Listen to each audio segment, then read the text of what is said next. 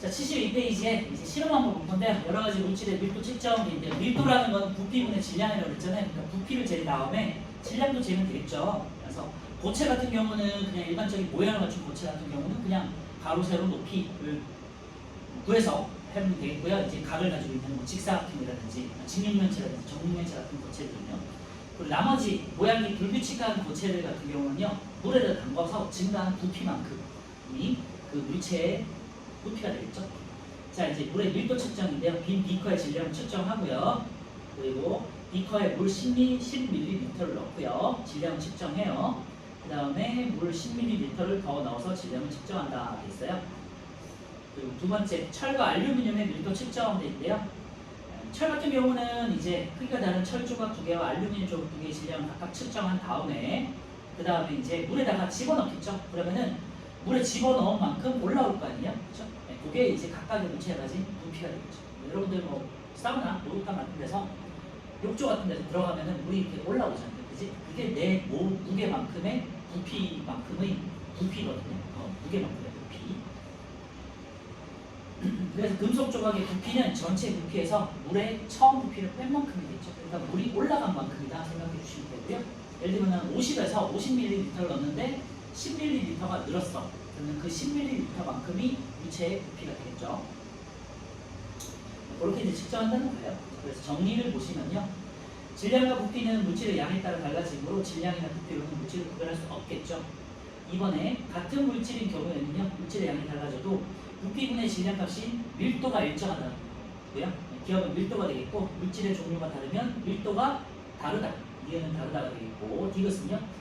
밀도는 부피마다 물체마다 고유한 값이다. 이렇게 정리하시면 되겠죠. 자, 밑에 1번부터 보시면요. 실험 1에서 물의 질량은 물이 담긴 비커의 질량에서 빈 비커의 질량을 뺄 값이라겠죠. 당연히 비커, 유리로 된 비커의 값을 빼야겠죠. 그래서 뭐가 되겠고요. 2번은요. 눈금 실린더에 금속 조각을 넣었을 때 증가한 물의 부피만큼이 금속 조각의 부피와 같다고 말씀드렸죠. 뭐가 되겠고요.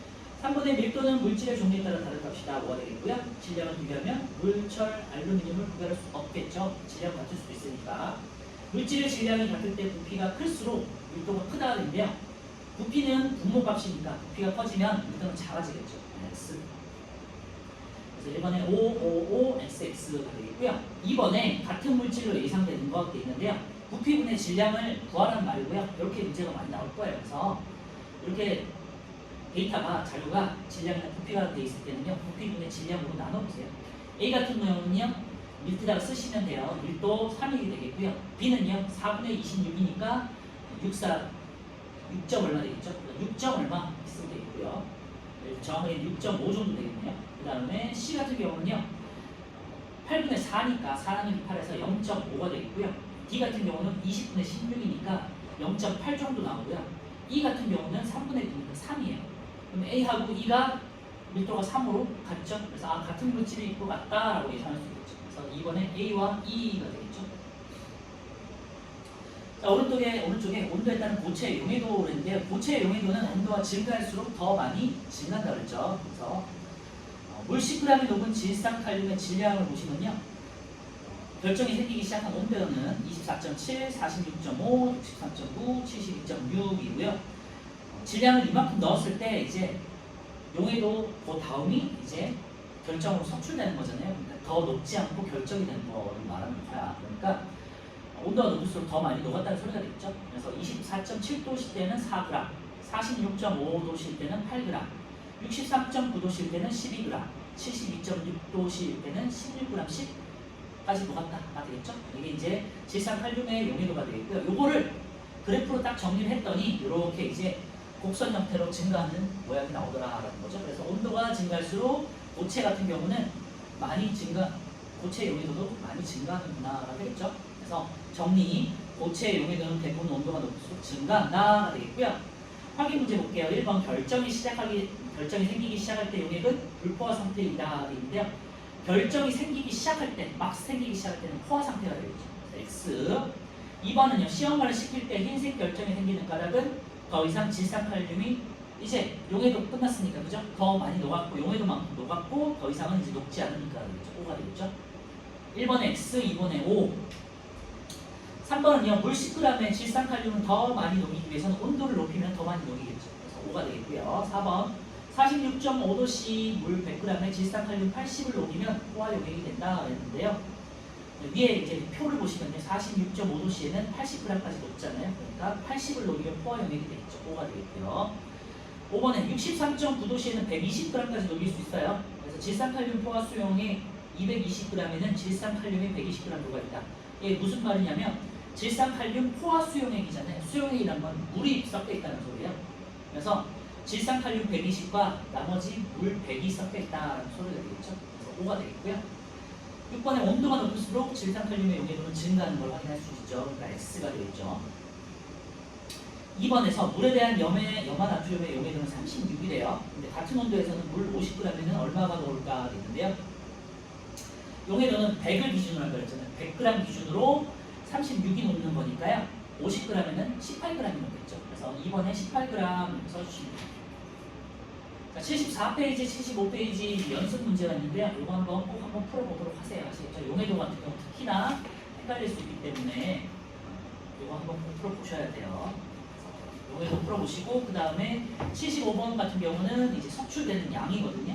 지난번에 나도 말씀드렸는데 처음에 온도가 가지고 있는 용해도 값에서 이제 온도를 냉각시켰을 때의 용해도 값을 빼주면 돼요. 예를 들면은 75페이지에 제일 위쪽에 있는 그래프 보시면요. 70도씨에서는 60g까지 녹는데 얘 온도를 20도까지 떨어뜨렸어. 그럼 20도씨에서는 20g이 녹는 거잖아요. 그럼 그 차이 60에서 20까지를 빼 40이 가루로 석출된다. 이렇게 이제 푸시는 거예요. 직접. 문제 나오면 다시 보도록 하고요. 76페이지 이제 1번부터 다시 한번 볼게요. 자, 밀도에 대한 설명을 옳지 않은 것이 있는데요. 1번 단위 부피당 질량이다. 맞죠? 2번 같은 물질인 경우에는 양에 관계없이 일정한 값이에요. 맞죠? 3번 기체의 밀도는 온도 압력의 영향을 많이 받는다고 했죠. 그래서 3번이 틀렸네요. 밀도는 특히 부피분의 질량인데요. 부피가 온도 압력에 따라서 크게 영향을 받아요. 그래서 온도 압력의 영향을 전혀 받지 않는다. 이건 틀렸어요. 이번은 3번이고요. 4번은요. 질량이 같으면 부피가 클수록 밀도는 작아지겠죠. 혼합물은 성분 물질의 혼합 비율에 따라서 밀도가 달라질 수 있겠죠. 1번에 3번이고요. 2번은요. 금속 조각을 넣었더니 12에서 20으로 늘어났죠. 8mm만큼 늘어났고요. 부피는 8mm분에 그 다음에 질량이 63.2네요. 그러면은 이제 63.2 나누기 8 하시면 되고요.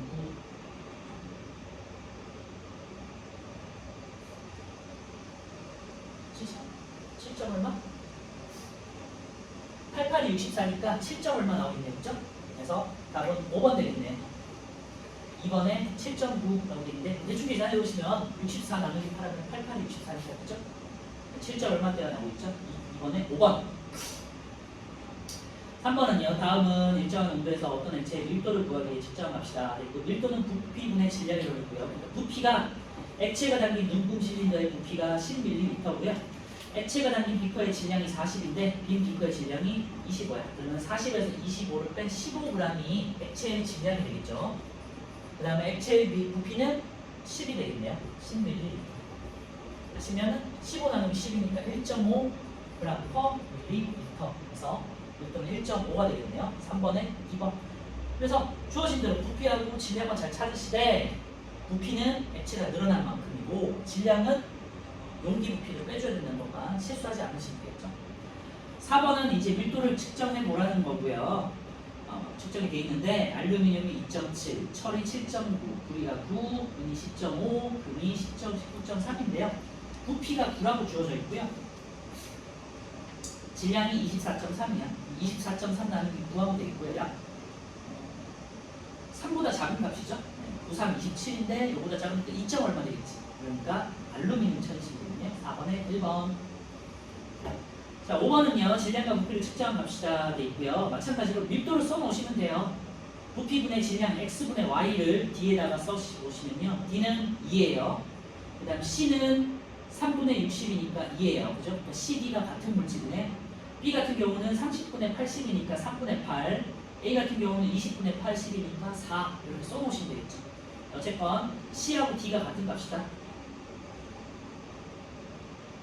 이에 대한 설명을 옳은 거 있고요. 물에 뜨는 물질은 물이 이제 1.0이라고 주어져 있으니까 물보다 가벼운 거, 1보다 작은 거를 찾으시면 되겠죠. 그러면 물에 뜨는 물질은 두 가지다 있는데요. 아까 전에 B가 3분의 8, A가 2분의 8, 4고 전부 다 밀도가 1보다 크네요. 그러니까 물에 뜨는 물질은 없죠. B의 밀도가 가장 크다 그랬는데요. A의 밀도가 가장 컸죠. 4로 가장 컸어요. A와 B는 같은 종류가 아니고 C와 D가 같은 종류가 되겠고요. 4번이 답이에요. A의 밀도는 C의 밀도의 2배이다. A는 4였고 CD는 2였죠. 답은 5번의 4번이고요. 6번은요. 마찬가지로 이제 질량 부피가 주어지면 밀도를 항상 구해놔야 돼요. A는 2.4, B 같은 경우는 0.6, 그 다음 C 같은 경우는 1.2, D 같은 경우는 0.8, E 같은 경우는 10분의 6이니까 0.6 이런 식으로 써놓으시면 되겠죠. 물에 넣었을 때 가라앉는 거, 근데 1보다 큰 거 찾는 건데요. 그러면 A하고 C가 되겠네요. 일단은 부피분의 질량에서 부피보다 질량값이 큰 거는 A하고 C가 있네요. 6번에 2번 되겠고요. 7번은요. 물을 기준으로 위쪽에 있는 애들은 밀도가 작거나 떠있겠죠. 물보다 밀도가 큰 글리세린이라든지 돌 같은 애들은 밀도가 크기 때문에 가라앉는 게 보이겠죠. 다음 5번이고요. 같은 질량의 식용유와 물의 부피를 비교하면 물의 부피가 더 크다 그랬는데요. 물의 부피가 더 작겠죠. 그러니까 식용유가 밀도가 더 크고 식용유가 밀도가 작고 물이 밀도가 크게 나오는 이유가 되겠죠. 7번에 5번이고요. 8번은 질량이 14.5이고 부피가 5래요. 이것도 똑같이 5분의 5.0세제곱센티미터 그 다음에 질량은 14.5고요. 요거는 5, 3, 15니까 2점 얼마 나오겠다, 그죠? 2점 후반대가 나오겠네요. A는 0.5, B는 1.6, C는 3.4니까 B와 C 사이에 존재하겠죠. 그래서 뭐 밀도 같은 경우는 계산이 어려운 건 아니니까 개념만 잘 정리해 놓으시면 돼요. 자, 9번은요. 다음 물질의 밀도를 측정해서 나타낼 때 온도, 압력을 반드시 이렇게 표시해야 되는 것 같은 경우는 기체가 되겠죠. 기체는 부피가 온도, 압력에 따라서 크게 변하기 때문에 온도가 올라가면 부피가 증가하고 압력이 증가하면 부피는 감소하잖아요. 그죠? 우리 앞에서 배웠지만 9번에 2번이 산소. 10번은요. 혼합물 같은 경우는요. 섞이면 섞일수록 밀도가 달라질 수 있다는 거고 지금 물에 비해서 소금물 같은 경우는 밀도가 점점 커지잖아요. 그러니까 계란보다 밀도가 커지니까 계란이 둥둥둥 푼다는 거잖아요. 답은 2번이에요. 소금의 농도가 진해지면 밀도가 커진다. 10번에 2번 찾으시면 되고요. 11번 밀도와 관련된 현상이에요. 광고형 풍선에 헬륨을 채워서 공중에 띄운다 있는데요. 그죠? 부피를 크게 하는 경우가 되겠고 2번 겨울철 눈이 쌓인 노루에 제설제를 뿌린다 있는데 이거는 이제 밀도가 아니고 우리 앞에서 했던 녹는점과 관련된 거죠. 그래서 혼합물이 되면 녹는점 어느 점이 낮아진다고 했죠. 그래서 조금 0도씨에서 얻은 게 아니라 더 낮은 온도에서 얼도록 해주는 게 그러니까 안 얼도록 해주는 거죠. 제설제 역할이거든요. 11번에 2번이에요. 밀도랑 상관이 없다. 3번, 4번, 5번은요. 3번 같은 경우 밀도를 작게 한 경우 4번은 밀도를 크게 한 경우 5번은 이제 LNG는 밀도가 작아서 LPG는 밀도가 커서 말이겠죠. 자, 밀도는 여기까지 정리하고요. 12번 이제 용해도는요. 용매 100g을 기준으로 한다고 했어요. 자, 설탕은 용질, 녹이는 물질을 용매, 녹는 물질을 용질이라고 하고 합쳐진 걸 용행이라고 하죠.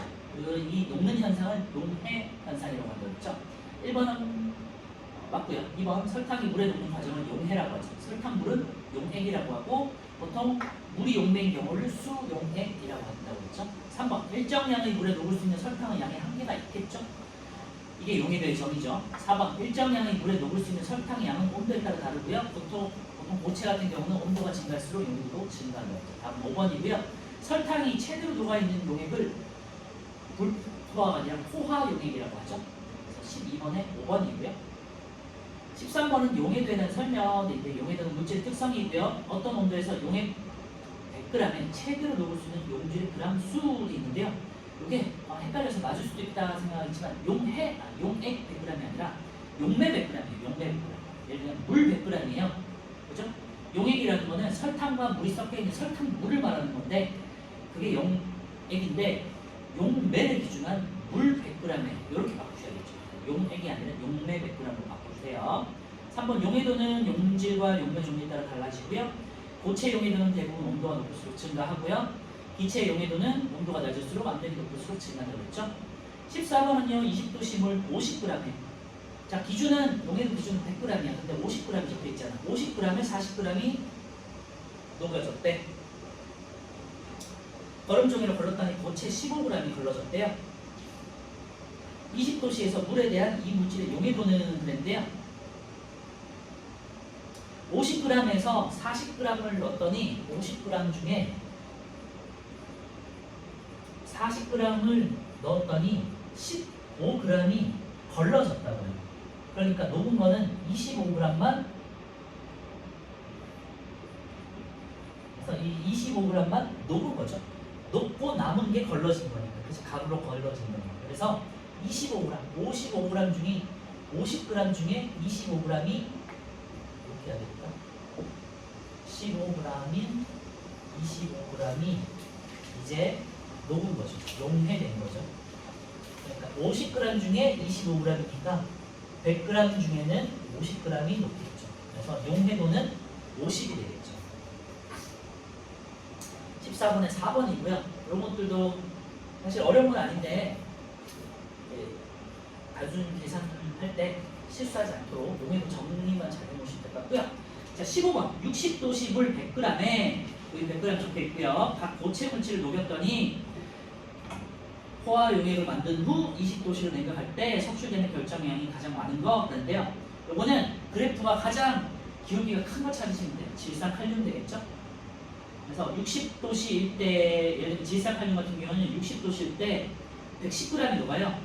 그런데 20도씨로 낮추면 약 30g, 30g 정도 녹아요. 110에서 30을 빼 80g이 석출된다는 거죠. 그런 식으로 이제 찾는 거예요. 15번에 2번이고요. 16번은 1번 용해도 곡선에 표시된 점은 포화 용액이다. 곡선상에 있는 걸 포화됐다고 하고요. 2번 온도에 따른 용해도 변화가 가장 작은 것은 그래프의 기울기가 가장 작은 거 황산 나트륨 되겠죠? 아니면 염화 나트륨이요. 염화 나트륨 되겠고요. 3번은 40도씨에서 물 100g에 가장 많이 녹을 수 있는 물질은 되는데 40도씨에서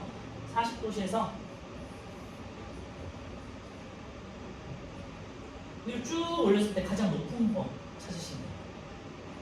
그래서 40도씨에서 가장 많이 녹는 건 질산 나트륨 되겠죠? 그리고 질산 나트륨이 100g 정도 녹는다? 이렇게 이제 해석하시면 되고요. 다음은 4번인데요. 40도씨 물 200g. 이제 2배로 한 거야. 그러면 용해도도 2배로 증가되겠죠. 질산칼륨 63g이 녹아있는 용액은 포화 용액이라고 하는데요.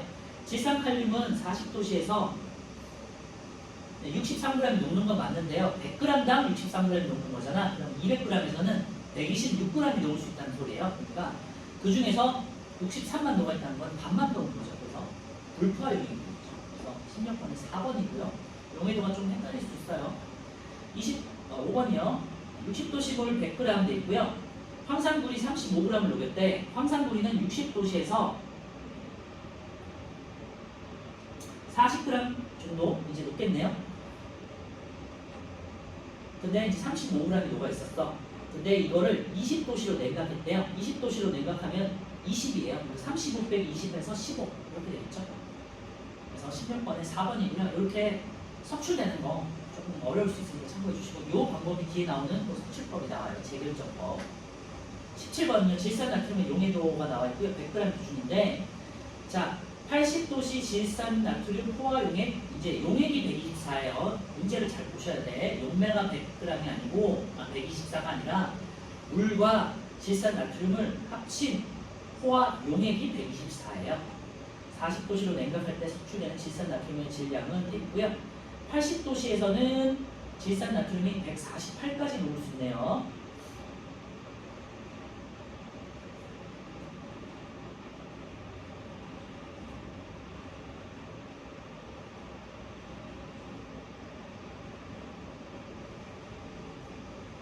근데 포화가 됐다는 소리는 100g당 여기 좀 문제가 어렵죠?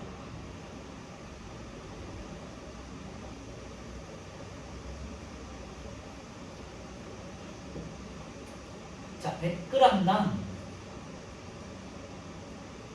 124g이 녹을 수 있다는 소리잖아요.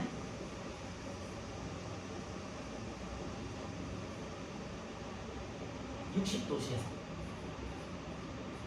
그런데 지금 현재 용액이 124g이래요. 용질이 124g이 아니라 용매와 용질이 합쳐서, 용질과 요걸 합쳐서, 용매 용질이 합쳐서 124g인데 합쳐서 124인데 포화용액이래. 그 말은 다 녹았다는 소리거든요. 그러니까 50g을 기준으로 할 때 얘는 80도씨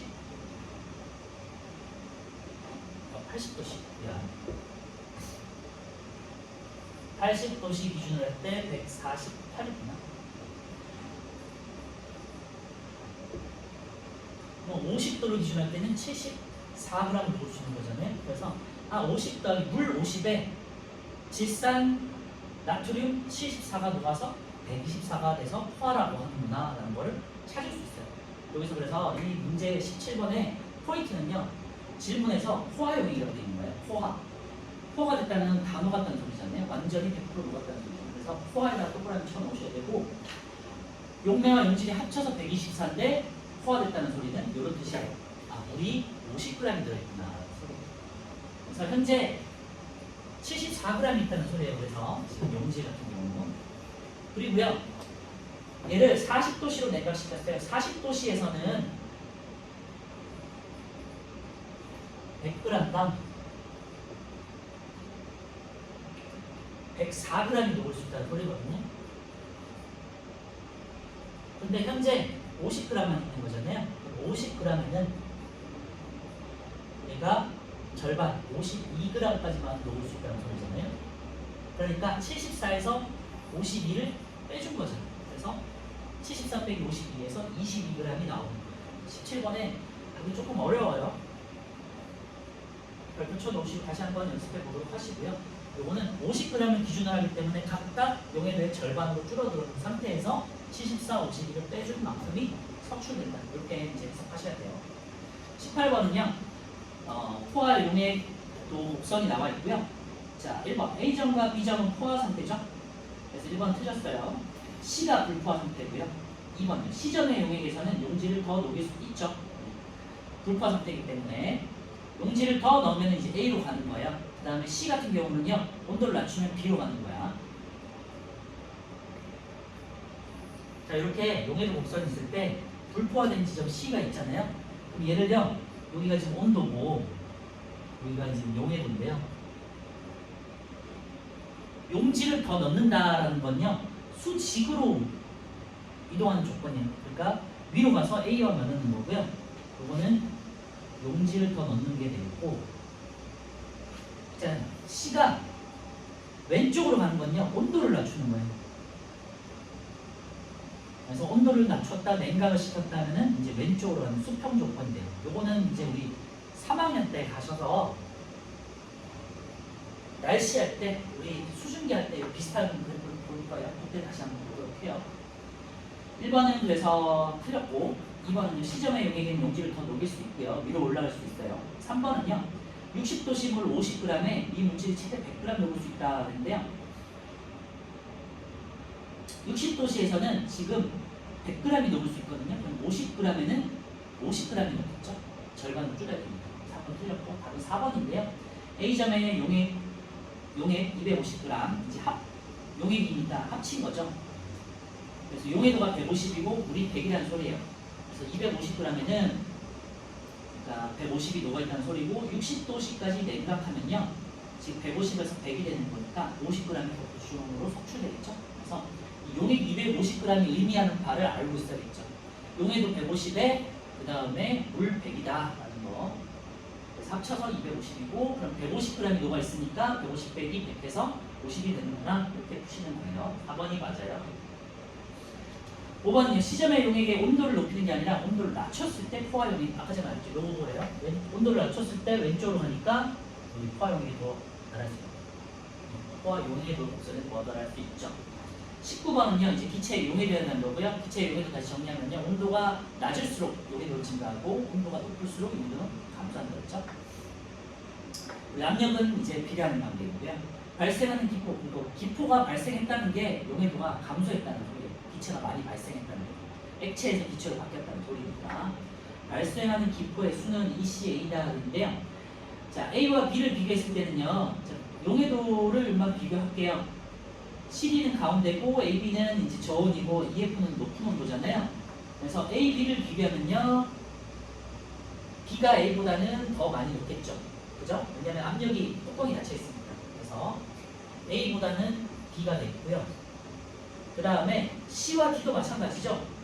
그리고 저온일 때가, 중요한 거는 저온일 때가 온도가 높을 때보다 용해도가 올라간다고 그랬죠. 그러니까 이쪽에 와야겠네요.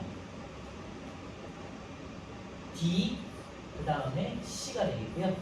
그 다음에 이제 온도가 가장 높은 EF가 용해도가 가장 낮고요. 지금에서도 그 다음에 압력이 큰 F, E가 되겠죠. 그래서 얘를 한 번에 정리하면 E, F, C, D, A, B 이렇게 커진다고 생각하시면 돼요. 여기가 저온, 얘네가 고온. 그 중에서도 각각의 앞에 있는 애들 있죠. F, D, B 이런 애들은 뚜껑이 닫혀서 압력이 큰 애들. 자, 1번 발생하는 기포의 수는 그랬는데요. ECA도 있는데 ECA에서 자, 용해도하고 기포의 수는 반비라는 거예요. 그래서 얘는 용해도가 증가한 거고 반대로 여기에 고온일 때 기체가 많이 발생하겠죠. 그래서 거꾸로 하죠. E가 가장 기포가 많이 발생해요. 덜 높기 때문에. 2번은 기체의 용해도가 가장 작은 것은 이제 E가 되겠죠. 온도가 높을수록 압력이 낮을수록 기체의 용해도가 커진다 그랬는데 온도가 낮을수록 압력이 높을수록 기체의 용해도가 증가해요. 4번은 기체의 용해도와 압력의 관계를 설명하려면 B, D 그 다음에 F를 비교해야 된다 그랬는데요. 용해도와 압력의 관계를 설명하려면요, 앞에 있는 것들 F, D, B죠, 그죠? 그래서 4번 틀렸죠. BDF가 아니라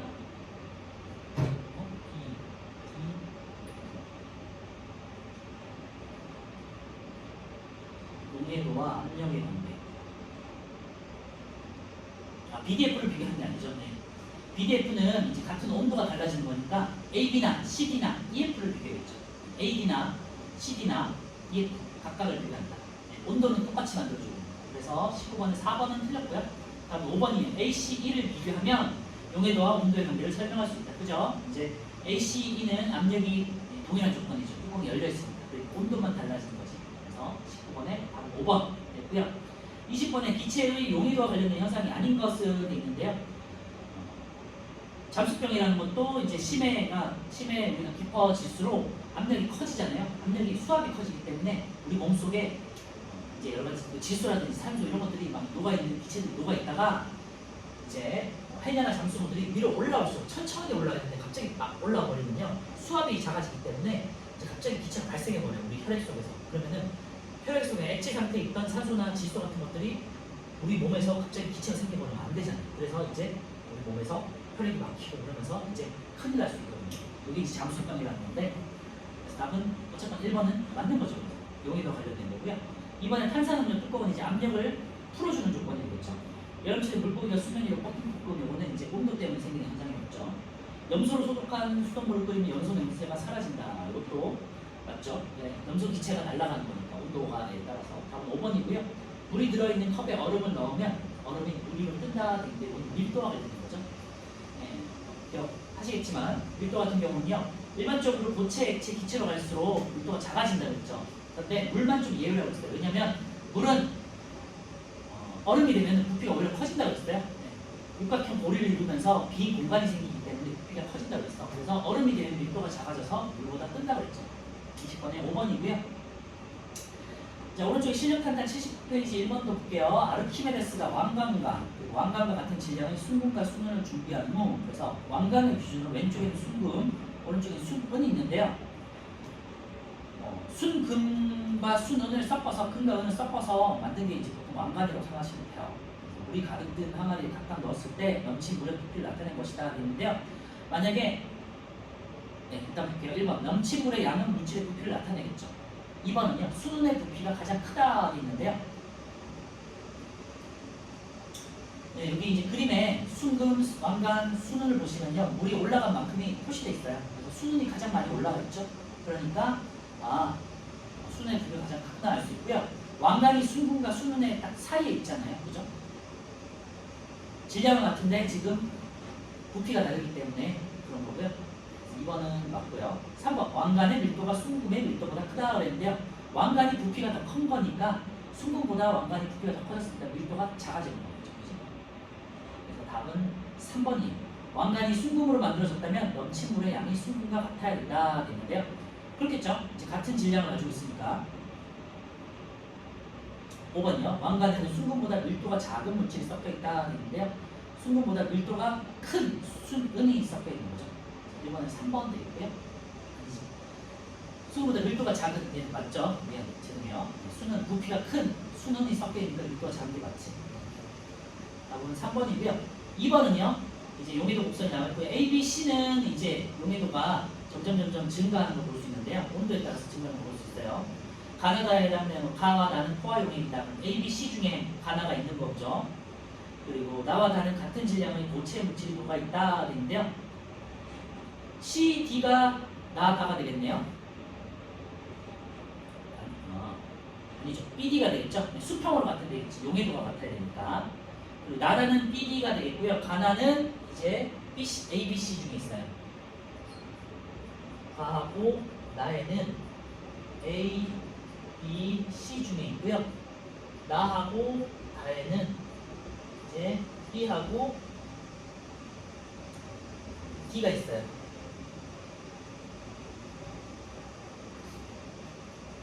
네, 나가 B가 되겠죠? 여기서 겹치는 거. 그래서 나는 B가 되겠고요. 그 다음에 세 번째, 가를 30도씨로 냉각했더니 도체 50g이 결정됐다 하는데요. 50g이 결정되면 20에서 50을 더한 70이 되겠죠. 그러니까 C가 되겠네요. C가 되겠죠. 그래서 가가 70인 C가 되겠고요. 그 다음에 다는 그러면은 A가 되겠고요. D가 되겠죠. C, B, D 이렇게 되겠네요. 예. 그래서 이번에 3번 이렇게 이제 이건 좀 어려운 문제이기도 하고요. 조금만 쉬었다가 5분만 쉬었다가